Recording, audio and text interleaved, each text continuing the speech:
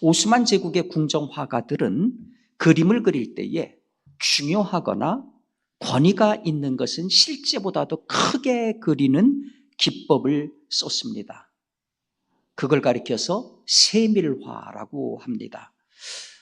저기 보시는 저 그림이 바로 세밀화 그림입니다. 보시면은 앞에 개가 있잖아요. 그런데 뒤에 말보다, 말 위에 있는 왕보다 앞에 있는 개를 작게 그렸습니다. 저건 뭡니까? 왕이라고 하는 존재를 중앙에 놓고 부각시키려고 하는 의도가 담겨 있는 거지요. 그러니까 이미 화가의 마음속에 왕이 핵심으로 자리 잡고 있는 겁니다. 그러니까 저 그림은 사실적이 아닌 거지요. 화가의 관념이 투영된 그런 그림이지요. 저런 세밀화는 여러 군데에서도 확인이 돼요. 이집트의 벽화 같은 데서도 얼마든지 찾아볼 수가 있습니다. 지금 이집트 벽화 지금 보시는데요. 이집트에서는 신이나 파라오를 위대한 존재로 그렇게 추앙을 했습니다. 그러다 보니까 그림을 그릴 때도 그렇게 추앙받는 인물을 가장 크게, 뒤에 있더라도 가장 크게, 그리고 그림의 대개 중앙에다가 그리게 됩니다. 반면에 파라오나 추앙받는 인물이 아닌 다른 모든 존재들은 상대적으로 작게 그립니다. 그거가 앞에 있다 하더라도 분명히 앞에 있으면 크게 보여야 맞는데 그것도 작게 보입니다. 그러니까 무슨 얘기입니까? 눈에 보이는 대로 그리는 것이 아니라 관념대로 그리는 거예요. 마음속에 이미 자리 잡고 있어서 강조하고 싶고 중요하다고 생각되는 것을 중심으로 그리는 겁니다. 그렇게 궁정 화가들은 세밀화의 기법을 가지고 그림을 그렸는데 이들에게 충격적인 사건이 벌어졌습니다. 뭐냐 하면은 이탈리아의 화가들이 그림을 그리는데 그들은 자기들하고 전혀 다른 그림을 그리는 겁니다. 이태리의 화가들은 눈에 보이는 대로 그리는 거예요. 그걸 가리켜서 미술에서는 원근법이라고 합니다.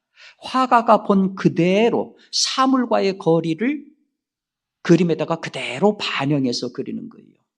그러니까 아무리 높은 산이라 하더라도 원근법에 의하면 멀리 있으면은 가까운 곳에 있는 낮은 언덕에 의해서 가려질 수밖에 없어요. 우리가 사진 찍을 적에 얼굴 크게 안 나오려고 뒤로 쓰지요. 그게 바로 원근법의 원리를 알고 있기 때문에 그런 겁니다. 그러니까 원근법은 있는 그대로 정직하게 파악을 하는 거예요. 무엇이 큰가? 이 질문에 대한 세밀화의 대답은 그겁니다. 마음에 있는 것이 가장 크다. 성전은 신이 머무는 곳이다. 그러니까 이 세상에 어떤 것보다 크다. 종교 화가들은 그래서 신전을 크게 그립니다. 술탄은 이 세상에 있는 어떤 존재보다도 위대하다. 그러다 보니까 종교 화가들은, 이슬람의 종교 화가들은 술탄을 어떤 인간보다도 가장 중앙에다가 크게 그리는 겁니다. 그러니까 세밀화라고 하는 것은 생각 속에 있는 관념을 끄집어내는 그림이에요. 있는 대로 그리지 못하는 거죠. 그런데 모든 종교나 사상에는 이 세밀화의 개념이 다 들어가 있기 마련입니다. 여러분들이 누군가를 존경한다. 그러면 여러분들 관념 안에 그분은 중앙에 딱 자리 잡고 있기 마련입니다. 문제는 이것이 사람으로 잘못 갈 경우에 이게 이제 차별이 생기는 거예요. 높은 사람은 위대하고 그리고 권력을 잡은 자 앞에서 무릎을 꿇게 되는 거죠. 특별히 종교는 이 문제에 대해서 굉장히 조심을 해야 돼요. 종교야말로 세밀화의 상징입니다. 모든 종교가 그래요. 여러분도 저도 하나님을 섬긴다 하면 우리 중심에 하나님이 가장 큰 인물로 딱 각인이 되어 있는 겁니다. 주지하는 것처럼 여러분 유대교 하면 율법의 종교 아닙니까? 613개의 율법이 있습니다. 248개의 하라는 율법, 365개의 하지 말라는 율법 합해가지고 613개의 율법을 가지고 있어요. 이 율법이라고 하는 말을 히브리어로는 미츠바라고 합니다. 그런데 우리말로 옮기면은 명령, 그런 뜻이에요. 명령. 그러니까 유대인들은 이 613개의 계명이 하나님의 명령이다. 이거는 반드시 생명을 걸고 지켜야 된다. 그렇기 때문에 그들의 마음속에 세밀화로 들어있는 것이 613개입니다. 꼭 지켜야 되는 거. 다른 거는 다 하찮은 거예요. 꼭 지켜야 돼. 이거 꼭 지켜야 돼가 구원받고 이거 꼭 지켜야 돼가 생명을 얻는다. 그렇기 때문에 얼마나 이것을 엄격하게 지키는지 모릅니다. 예를 들어서 성경을 필사하는 것을 이 사람들이 어떻게 하는지 제가 소개를 할게요. 양피지에다가 성경을 필사하는데요. 그 양피지는 양이나 소나 사슴 가운데 반드시 1년 이상이 돼야 되고 흠이 하나도 없어야 됩니다. 예를 들어서 암놈인 경우라고 하면은 임신한 그 경험이 없어야 돼요. 필기구는 항상 갈대를 깎아 만든 펜이나 비둘기 깃털 등을 반드시 그걸로만 사용을 합니다. 잉크도 전통적인 방법으로 만든 잉크, 즉 녹슨 철가루와 물고기로 만든 악교나 또는 석류를 끓인 것으로 만든 잉크만 씁니다. 필사 작업을 할 때는 옆에 2명이 지켜보고 있어야 됩니다. 필사자가 구절구절을 쓸 때마다 이걸 옆에서 읽어주고 바로 잘못 쓰면 그걸 바로 지적을 해줘야 됩니다. 만약에 글씨에 오류가 났다? 그러면 칼로 긁어서 지웁니다. 그리고 그것을 다시 씁니다. 아도나이, 하나님의 별칭이죠. 아도나이, 하나님의 명칭인 아도나이를 쓰는데 오류가 났다? 그러면 그 두루마리 전체를 없애버립니다. 그거 한 글자 잘못 썼다고 아도나이라고 하는 하나님의 이름을 잘못 쓸 경우에는 그 비싸고 좋은 두루마리 자체를 아예 없애버립니다. 그리고 새 것에다가 씁니다. 두루마리는 그렇게 써가지고 성경으로 인정받은 두루마리는 손으로 못 만집니다. 은으로 만든 손 모양의 포인트로 짚어가면서 그걸 하나하나 다시 읽어야 됩니다. 만약에 유대인이 아닌 사람이 두루마리를 맨손으로 만졌다. 그러면 그 두루마리는 부정한 겁니다. 폐기해버리는 겁니다.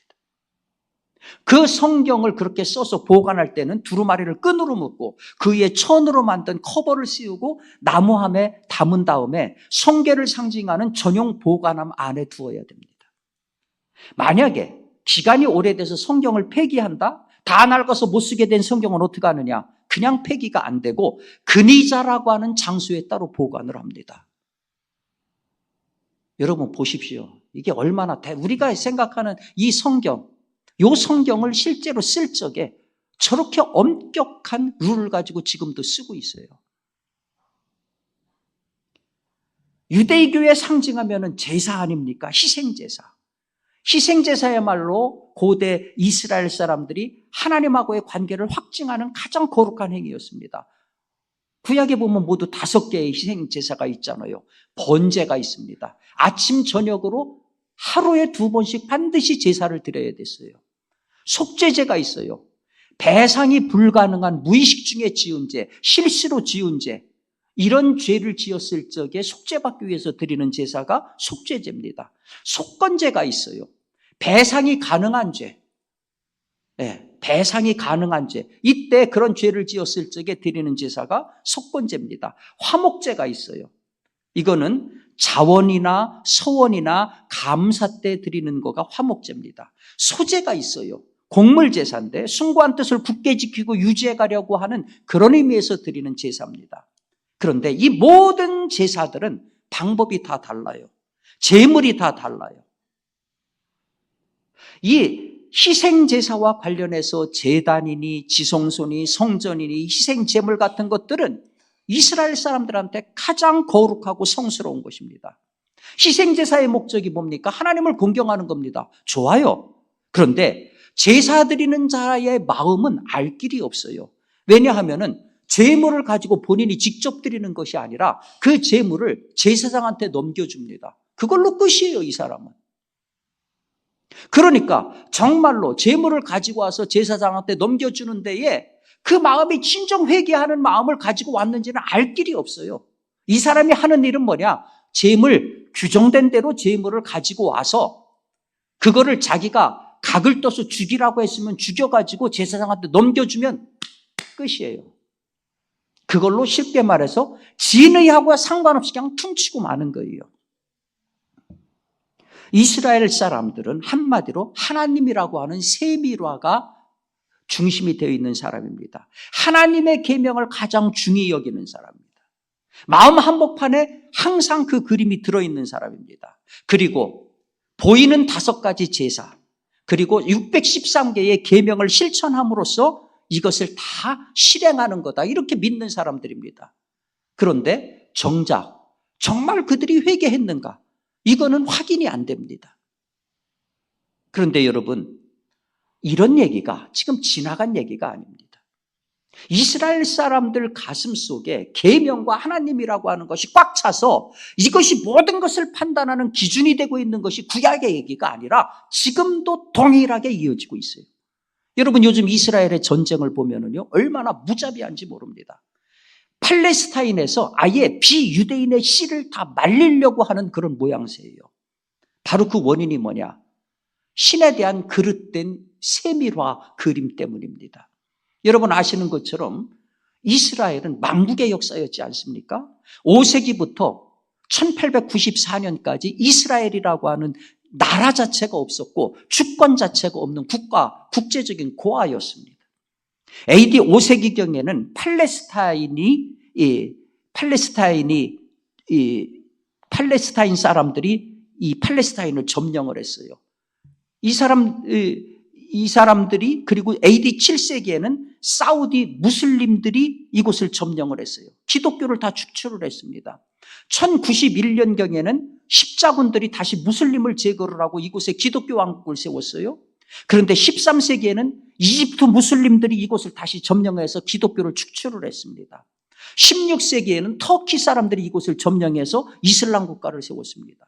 그리고 19, 20세기 초까지는 영국이 팔레스타인을 점령해서 50년 동안을 다스렸습니다. 그러니까 5세기부터 따지면은 이스라엘 사람들은 자기네 영토라고는 얘기하지만 한 번도 주인 역할을 해본 적이 없는 땅이 되고 말았습니다. 오늘의 이스라엘은 잘 아시는 것처럼 1948년에 건국이 됐습니다. 그런데 하늘에서 뚝 떨어진 게 아니에요. 이스라엘이 탄생하는데 결정적인 역할을 한 인물이 누구냐면은 테오도르 헤르젤이라고 하는 사람입니다. 저 사람은 랍비 아들이었고 오스트리아 비엔나 대학에서 법학을 전공한 사람입니다. 저 사람이 신문사에 취직해서 파리 특파원으로 가 있었을 때에 파리에서 소위 드레피스 사건이라고 하는 것이 촉발이 됐습니다. 그것이 1884년의 일인데 그것을 취재하면서 이 사람의 인생이 바뀌게 됩니다.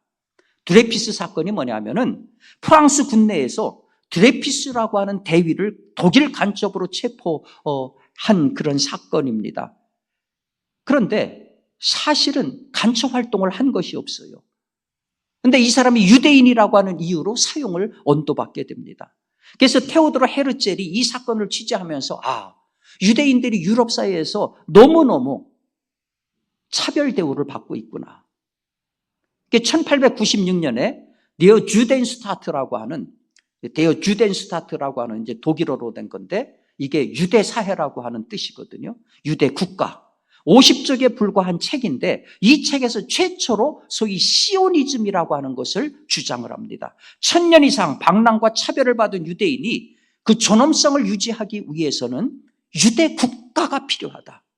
시온인 팔레스타인으로 다시 돌아가야 된다. 그 주장을 이 작은 책자에서 처음으로 한 거예요. 이게 소위 시오니즘의 시초다, 이렇게 평가를 합니다. 그런데 19세기 말에 1896년이면 19세기 말이죠. 19세기 말에 나라도 아무것도 없는 유대인 한 사람이 이런 주장을 하는 것이 무슨 의미가 있겠습니까? 전혀 불가능한, 환상에 불과한 것이었습니다. 그런데 테오도르 이 헤르젤은 이런 주장만 한 것이 아니라 이 사람이 조금 부자였어요. 그 아버지가. 전 재산을 털어가지고 유럽 각국에 있는 유대인 지식인들한테 다 연락을 했어요. 그리고 1897년에 바젤에서 시온주의 총회를 열었습니다. 이때 수많은 유대인 지식인들이 그리 몰려들었습니다. 1904년에 4차 시온주의 총회를 연 다음에 이 헤르젤이라고 하는 사람이 심장병으로 41세로 요절을 합니다. 그런데 이 사람이 죽기 전 마지막 이런 연설을 합니다. 우리가 꾸는 이 꿈은 5년 내지는 50년 후에 반드시 이루어질 것이다. 그가 죽은 지 44년이 지난 1948년에 마침내 오늘날의 이스라엘이 그의 꿈처럼 탄생이 된 겁니다. 헤르젤은 지금도 유대인에서 저렇게 지폐에 이름이 얼굴이 올라가기도 하고 우표에 얼굴이 올라가기도 하고 예루살렘 국립묘지 이름이 헤르젤입니다. 그러니까 국가의 영웅으로 숭앙을 받고 있어요. 여러분들 이스라엘의 국기를 기억하시죠?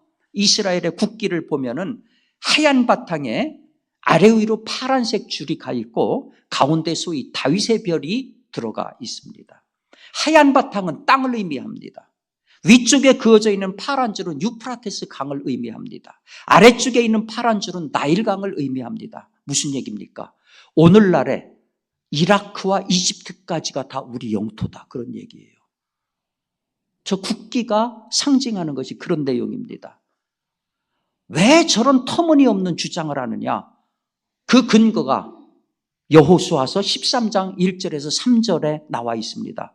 여호수아가 나이 많아 늙자 야훼께서 그에게 말씀하셨다. 너는 이제 나이 많아 늙었는데 정복할 땅은 아직도 많이 남아있다. 남아있는 땅으로는 블레셋 사람들의 전 지역과 그슬 사람들의 전 지역이 있다. 곧 애굽 앞 시홀 시내에서부터 가나안 사람에 속한 북쪽 에그론 경계까지와 블레셋 사람의 5 통치사의 땅, 곧 가사 족속과 아스돗 족속과 아스골론 족속과 가드 족속과 에그론 족속과 또 남쪽 야위 족속의 땅과 저 국기 안에 들어가 있는 저들의 영토가 어디에 근거한 거냐면은 바로 성경에 근거한 거예요. 근데 사실 4,000년 전에 이 성경에 이야기된 그 지명을 오늘날 정확하게 알기가 어렵잖아요. 그럼에도 불구하고 이스라엘은 성경을 근거로 해서 이라크 일대부터 이집트까지를 자기들 땅이다. 물론 이라크나 이집트 입장에서는 펄쩍 뛸 노릇이지요. 그리고 지금 현실적으로도 불가능한 얘기입니다. 그런데 예외가 있어요. 블레셋은 명확합니다. 블레셋의 위치, 이스라엘과 블레셋하고의 관계는 수많은 역사 기록이 있어요. 블레셋 뭡니까? 이스라엘의 다윗을 민족 영웅으로 만들어준 골리앗의 나라 아닙니까? 이스라엘이 끝까지 점령하지 못한 땅, 그게 바로 블레셋 땅인데 그 블레셋 땅이 어디입니까? 오늘날의 가자지구입니다. 가자지구. 그렇기 때문에 지금 전쟁을 통해 가지고 가자 지구에서 완전히 비유대인들은 다 완전히 몰아내겠다. 그런 얘기가 지금 전쟁 안에 숨어 있는 거예요.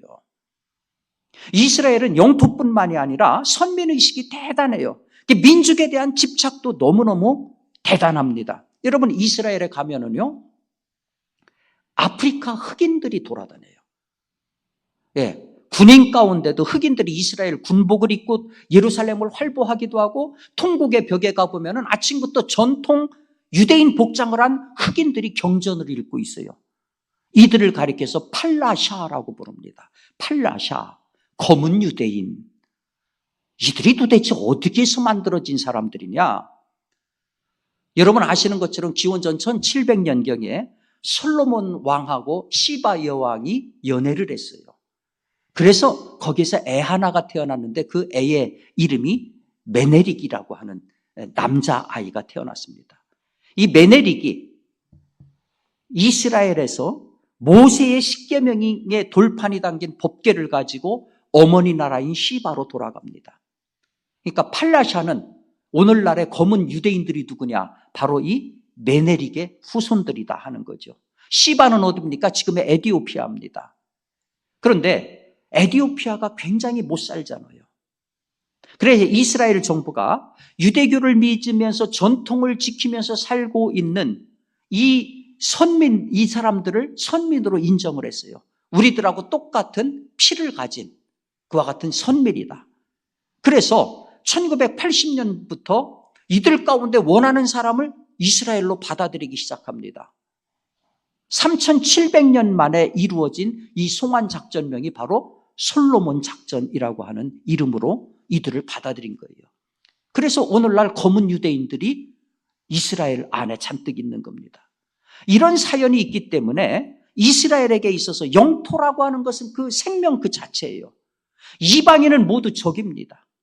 생명이 소중하다고요? 유대인들한테는 오직 유대인의 생명이 소중한 겁니다. 왜? 그들만이 선민이기 때문에. 여러분, 이스라엘의 가정집의 지붕은요, 전부 빨간색입니다. 저게 무슨 도시미관, 전통, 아무 상관이 없어요.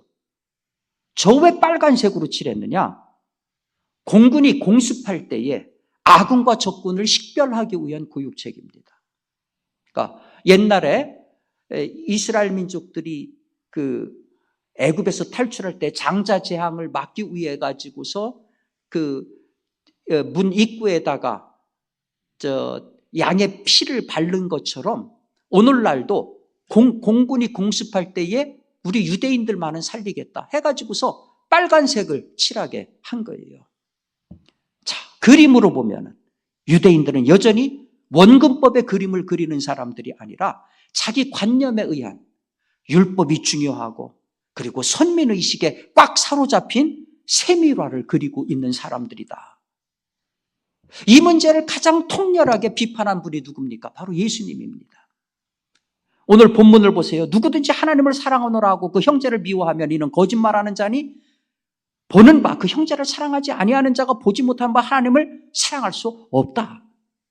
아브라함의 자손만 선민이다. 다른 사람은 사람도 아니다. 거짓말이에요. 눈에 보이지 않는 하나님을 사랑한다? 근데 눈에 보이는 형제자매 사랑하지 않는다? 거짓말이에요. 보이지 않는 하나님을 예배한다? 그런데 마음에는 칼을 품은 원수를 가지고 예배한다? 거짓말이에요. 제 말이 아닙니다. 성경이 하는 얘기예요. 여러분, 일체의 종교적 관념에 의하면은 세밀화는 뭡니까? 하나님 중심, 신앙 중심이에요. 그런데 문제는 뭐예요? 그 하나님을 본 사람은 아무도 없어요. 신앙인이 하나님 사랑은 굉장히 주관적입니다. 그래서 예수님의 해법을 제시하신 거예요. 세밀화 그렸으면 이제 보이는 대로 그림을 그려라. 하나님 사랑한다고 했으면 이제 나가서 사람 사랑해라. 하나님은 끊임없이 우리에게 예수를 보내주세요. 그걸 우리 주님이 이렇게 표현했어요. 여기 내 형제 중에 지극히 작은 자 하나에게 한 것이 곧 내게 한 것이다. 우린 마지막 날에 하나님 앞에 섭니다. 하나님의 판결은 간단해요. 눈에 안 보이는 하나님을 사랑했느냐? 그 문제는 눈에 보이는 사람을 사랑했느냐를 가지고 따진다는 거예요. 여러분, 신앙이라고 하는 것은 항상 세밀화입니다. 즉, 내 신앙 관념이 하나님을 가장 사랑하고 귀하고 중요한 분으로 여기는 거 너무너무 당연합니다. 그래서 우리가 그리는 그림의 중앙에 항상 그분이 자리 잡고 있어야 됩니다. 너무 당연한 일입니다. 그런데 하나님은 그 그림의 진위 여부를 뭐로 보느냐? 보이는 대로 그리는 그림으로 판단하겠다는 거예요. 내 눈에 보이는 그 사람을 사랑했느냐를 가지고 판단하겠다는 겁니다. 그러니 사랑하는 성도 여러분, 항상 하나님을 우리 마음 중심에 모시고 삽시다. 신앙의 세밀화 너무너무 중요해요. 그런 다음에 우리들이 살아가는 현장에서는 눈에 보이는 사람을 사랑하자는 거예요. 눈에 보이는 사람을 하나님이 보내주신 예수로 알아서 사랑과 친절을 베풀며 살라는 거예요. 이것이 우리 그리스도인들이 평생 그려야 되는 두 가지 그림입니다. 하나님을 내 중앙에 모신 세밀화를 그리고 나가서는 눈에 보이는 사람들을 사랑하는, 보이는 대로 그리는 두 가지 그림 말이지요. 바라기는 마지막 날 우리 하나님으로부터 칭찬받을 수 있는 멋진 신앙의 화가들이 다 될 수 있기를 주님의 이름으로 축원합니다.